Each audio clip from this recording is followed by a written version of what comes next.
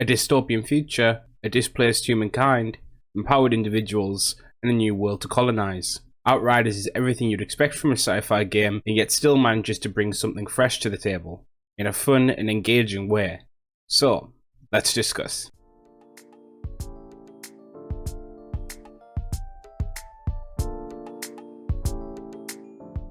As with most reviews we do on this channel, let's first talk about the story of Outriders. The premise of Outriders' story is nothing necessarily new. We've seen the kind of colonization of planets in a sci-fi universe before, and the empowered individuals that kind of come with that. It's nothing new, looking at something like Destiny 2 or Mass Effect, we've seen that story in some kind of iteration before. Where the difference kind of emerges is kind of the irreverent nature with which those stories are kind of being brought forward. You get a lot of very abrupt line delivery, you get very abrupt story pacing, people are kind of unceremoniously killed or otherwise removed from the story. Good deeds are kind of few and far between in this world, and your hero, your character, is perhaps one of the few people who is doing the right thing, quote unquote.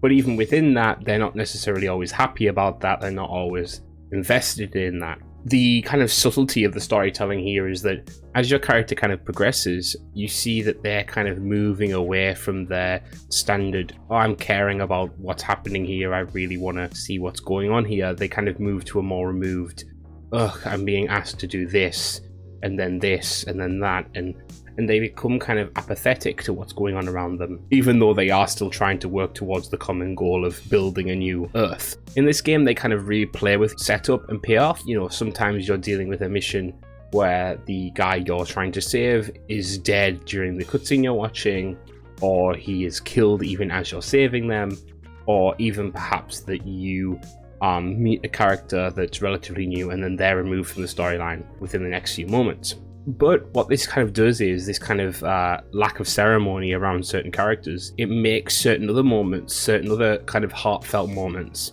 mean more. There's a certain quest, for example, where you're clearing out an area for an elderly man who wants to return to his house. And once you talk to this guy, you find out that his daughters and his wife, I believe, were killed because he couldn't keep up giving rations to everyone and saving his family at the same time. And those moments hit harder because of this death that's going on around you that seems relatively meaningless, and then you find this kind of meaningful moment within that. What also is really interesting, and I don't think a game has ever done this quite the same way, is that you get introduced to a set of characters early on when they're in their youth, and then later on in the story, because of some things that happen in the plot, and obviously I won't go into too many details, you end up seeing them in their old age.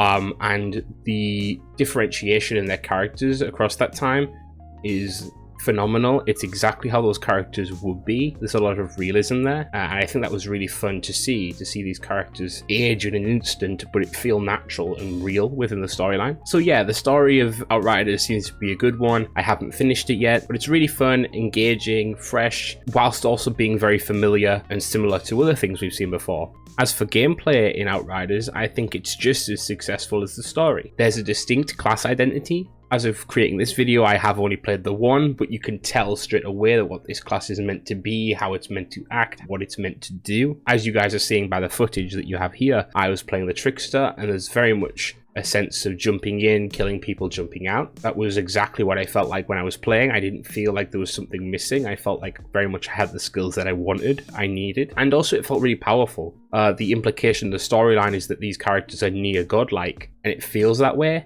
But what they do to compensate that in terms of gameplay is creating a sense of a lot of enemies, a kind of swarm of enemies coming towards you.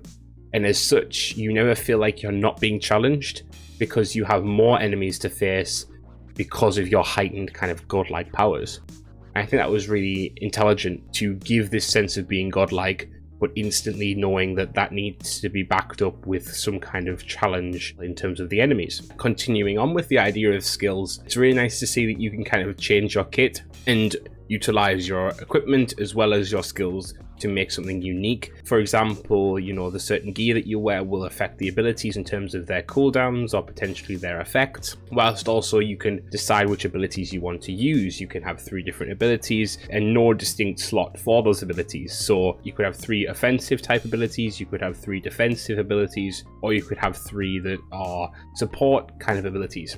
And so you can build these characters in any way you want, even within the kind of role that they've been assigned of, like an attacker or a defender or a tank or a healer or, you know, anything like that. You can kind of still move within that to create something fun and diverse. At the same time, you don't have to spend hours putting a build together in this game. And, you know, that felt really fun. It feels like you can dive in and jump straight back out with very little issue in this game. Speaking of diving in and diving out, co-op is something that is very much alive in this game.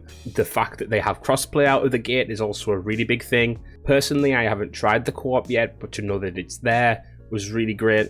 And the only thing I believe that has been an issue so far is that they've had some stability issues between the crossplay for consoles and PC users. Despite whether you're using Epic Games or Steam, the issue seems to persist. But they are working on that, and that seems to be one of the larger issues that they have in the game. Another small issue that I did encounter was that the UI would sometimes not load on first load in, so you would have to back out and load back in, but after that it would persist throughout the rest of your gameplay, the rest of your time on the game. Another thing about loading and loading into areas and stuff like that is that the world sadly is a little bit more segmented than I perhaps would like. It's not necessarily like an open map type style game. It's very much you go into an area and you do the mission that you're assigned to do in that area. There's like phases essentially, but it doesn't hinder you too much. It still very much feels like you're in part of that world, but it does kind of hamper the feeling of, hey, I can explore, because there are very much distinct set areas where you do certain quests. If that changes later in the game,